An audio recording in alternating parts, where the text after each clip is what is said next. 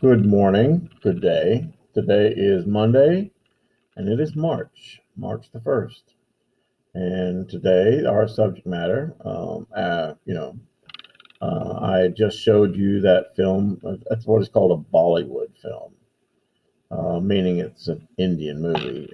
Most people don't realize it, but the Indian Motion Picture Association produces, I mean, infinitely more films than our own Hollywood does, or any of our big film companies here. That one, actually, as it says there, was a blockbuster back in 2005 in India. Which, of course, India has so many people that, um, such a film is moderately successful in India, it's going to make lots of money. So let's talk about continue our discussion of the British domination of India, shall we? Here's our study guide. Yes. What was the Seaport Rebellion? Seaport Rebellion of 1856.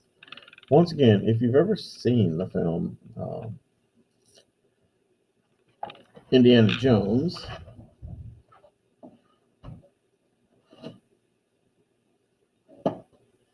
and the Temple of Doom. Yes.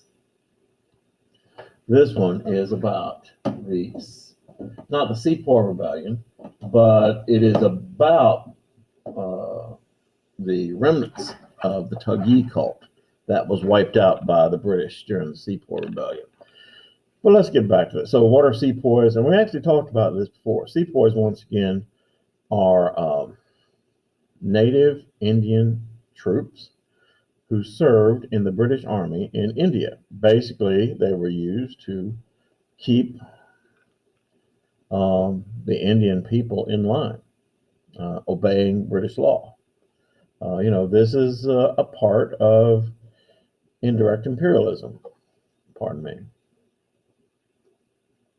So, now, what was the Seaport Rebellion about? Now, that's a different matter. You see, obviously, the Indian people as a group, the Indian people as a group, that's a terrible thing to say, Indian people as a group, because as anyone who lives in India can tell you, there are lots of different kinds of people in India, lots of different faiths. Today, India has the world's second largest population of Muslims. But in India, those Muslims, the world's second largest population of Muslims, in India, those Muslims are a minority to the Hindus. And then you get into Sikhs, Sikah, a very small minority religious sect in India, and then some Buddhist. Buddhism was born in India, although, the Gautama Siddhartha, the Buddha, was born in India, and so India is a very diverse culture.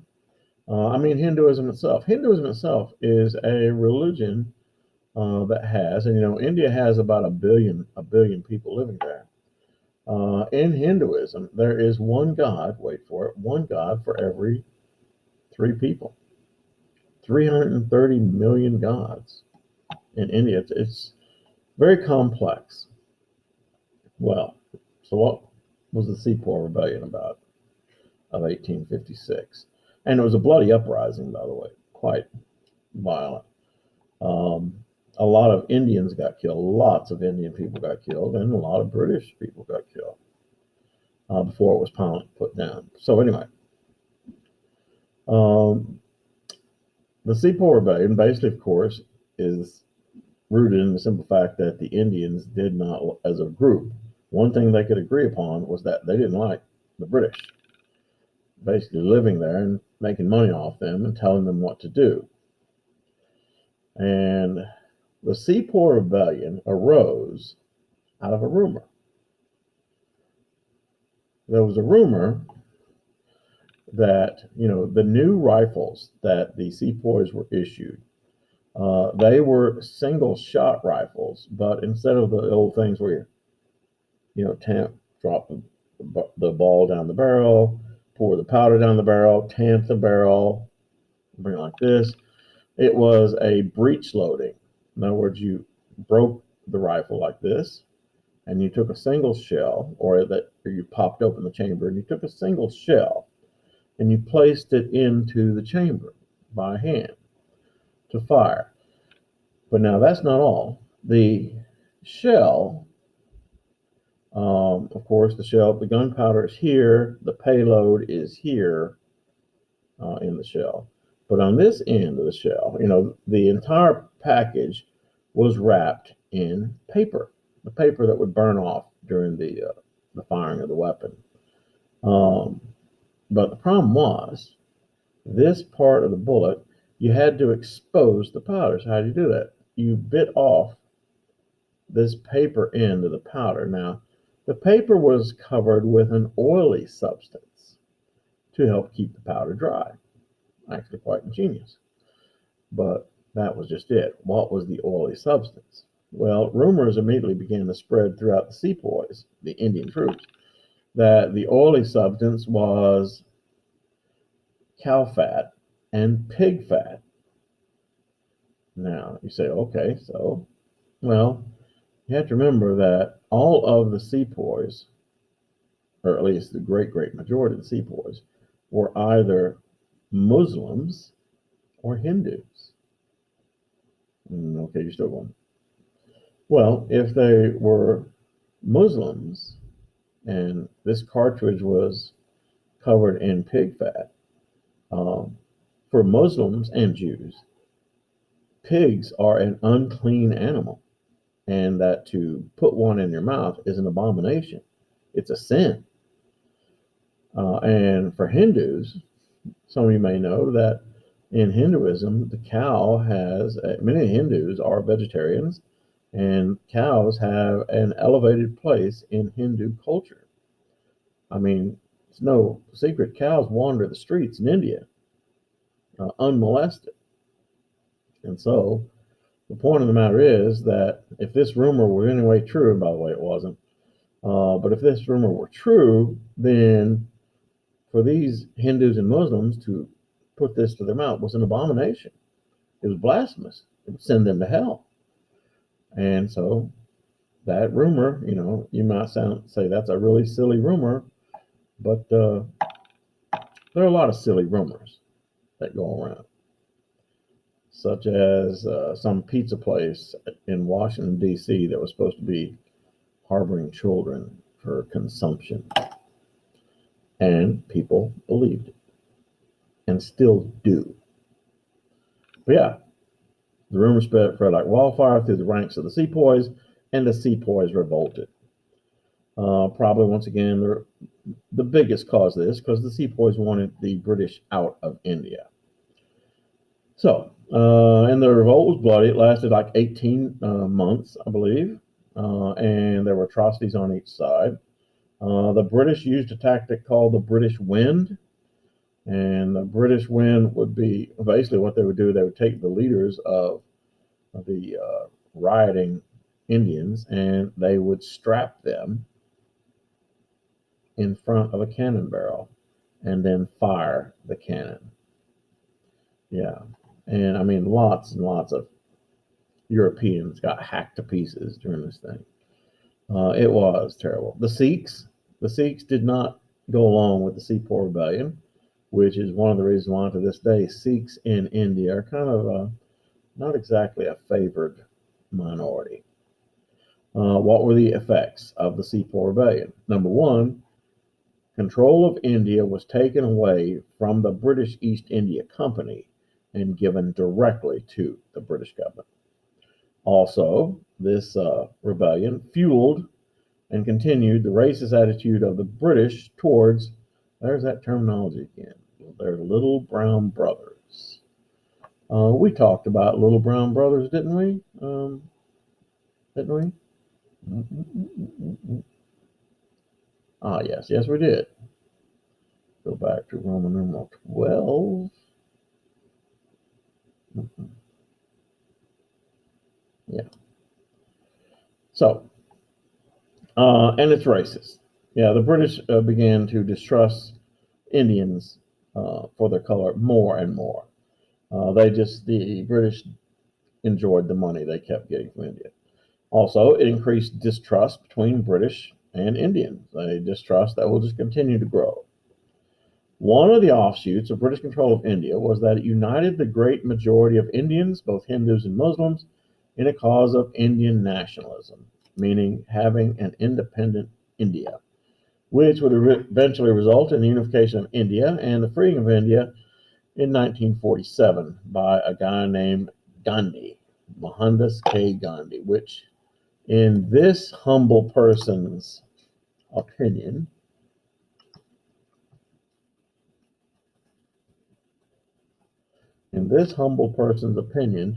Gandhi was the greatest person of the 20th century of any race, creed, or color. Why? Because Gandhi, and we'll talk about him hopefully later, Gandhi was able to free India from British rule without firing a shot, without killing a person. All right, so once again, the movements towards Indian nationalism. The Indian National Congress, which was a Hindu organization, was founded in 1885. They, of course, didn't allow Muslims in there. I mean, trust me, Hindus and Muslims had and have great animosity towards each other. The Muslim League was founded in 1906. As it says, keep in mind that the Hindus and Muslims of India have a long-held rivalry, and that bloodshed hatred was common to these two groups against the other.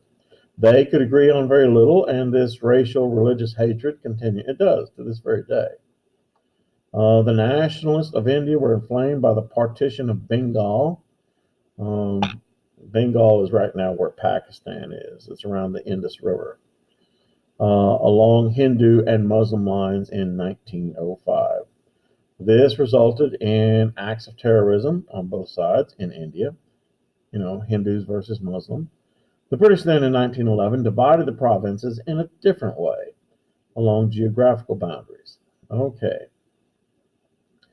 Demand for Asian products caused the European imperialist powers to take parts of Southeast Asia.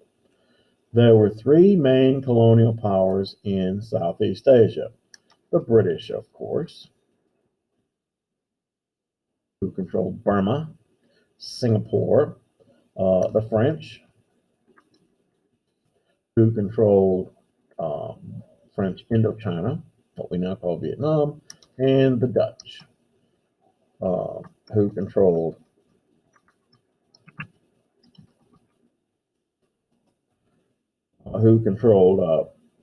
Indonesia, which is one of the most heavily populated countries in the world. What is the Pacific Rim? Pacific Rim is those countries that line the Pacific Ocean in Asia. That include the Philippines, Vietnam, Indonesia, et cetera, et cetera, et cetera. The lands of Southeast Asia were perfect for plantation farming, which is good for the landowners, but not good for the majority of the population of these colonized lands. What crops? Predominantly rice, and rice. Yeah. And that's great, but, and rice feeds a lot of people, but, rice is not a diet. The Dutch East India Company in 1602 acted much like a country in actively seeking out and acquiring lands. And I wish we had a reference to a map. Well, one day we'll have one again. Thank you. They took Malacca from the Portuguese, fought the British and the Javanese for Java Island. Eventually, the Dutch claimed all of Indonesia. Indonesia, which is a country today, is made up of about 1,000 islands. Really, 1,000 islands. Yeah, a lot of them are really tiny specks. But yeah, 1,000 islands. It's also one of the most heavily populated regions in the world. It's also holds the world's largest population of Muslims. Indonesia does.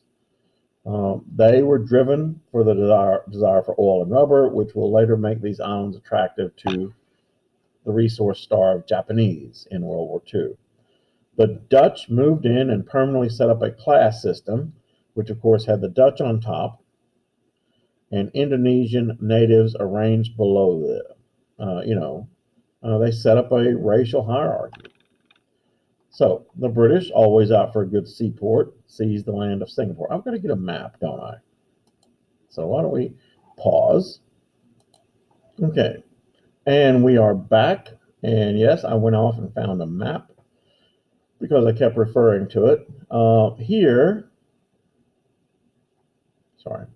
Here we have a map of Southeast Asia, color-coded map. Everything in blue is controlled by the French. Everything in this pink by the British. Everything in orange by the Dutch. And everything in yellow by the Spanish. Okay, so what does that do? All right, this is French Indochina. This area here is called Vietnam. This is Burma. This is Malaya. And down here is a little tiny island, and you can barely see it, called Singapore, which today is actually an independent country. But the British controlled it because it was a perfect seaport. Once again, playing Monopoly, trade routes would come from the west, headed towards China and Japan. They would pass through here, the Straits of Malacca. And the British owned this tiny island seaport of Singapore, and British guns could dominate that trade. Like I said, now the orange here, this is Indonesia, or it was also called the Dutch East Indies, and this is the Philippines, which at the time was owned by Spain. Now you say, what's this green? This green is a little tiny piece of land owned by the Portuguese called Timor. So back to the matter at hand, shall we? All right, good. So the British always out on the lookout for a good seaport, seized the island of Singapore. And see, that's why I showed you Singapore. It's like, it is monopoly, it's risk. The British also gained Malaysia, Burma, which today is called Myanmar, tin and rubber. Burma has the largest quantities of tin and rubber. The British also encouraged Chinese to move to Malaya and Singapore to work. Of course, that caused racial conflict between the native peoples of Singapore and Malaya, a conflict that lasts to this very day. The French took control of Indochina, which today we call Vietnam, Cambodia, and Laos. I can't remember what the character on the King of the Hill, who is Laotian, who lives next to Hank Hill. Khan Siramompong. Yeah. The French had been active in Southeast Asia since the 17th century, but it was in 1840 that a Vietnamese emperor killed several French missionaries, causing the French government to become more involved. Napoleon III ordered French military to invade this area. Soon, what we now call Vietnam, Cambodia, also been called Kampuchea, and Laos were under French control and called French Indochina. French employed direct control, filled all administrative government positions with French personnel. They did not encourage industry in this area, focusing rather on increasing rice production, which the French bought for very little, it helped peasants very little. Hatred and resentment and resistance against the French, who were in fact, the French were the word draconian, that means cruel. Yeah, the French, I've seen pictures of French police standing in front of a big giant row of severed heads, people who they had executed in Vietnam. The French brought with them their French language, their Roman Catholic faith, and of course, people of Vietnam didn't care about the French language, and they were all Buddhist. Did not want French culture. So, what are the results of the colonial exploitation here in Southeast Asia? Well, an increase in the economies, but that increase was primarily the Europeans who prospered on the labor of the local populations. Roads, harbors, and rail systems did improve. Health, sanitation, education did improve with Western advances. This area attracted millions of foreign workers as this area became a melting pot of Hindus, Muslims. Once again, today the world's largest Muslim population is in Indonesia. The second is in India. Christians and Buddhists. Siam, which today we call Burma, that's not true. Siam, which today we call Thailand. Quite correct. Important. Remained independent of the Western powers. Yeah, that was clever. The king of Siam was able to maintain independence of the Western colonialists. Siam's kings Mongkut and his son Chulalongkorn were both able to modernize the country and played the British against the French and to keep Siam, Thailand, independent. Siam started schools, reformed the legal system, and reorganized the government. Because changes came from within, Siam escaped most of the exploitation that plagued the rest of Southeast Asia. And tomorrow we're going to talk about American imperialism. Yes, the United States was involved, was an imperialist country. You better believe it. And so, yeah, we'll talk about that on Tuesday. And I think it's a good time to stop. Thank you.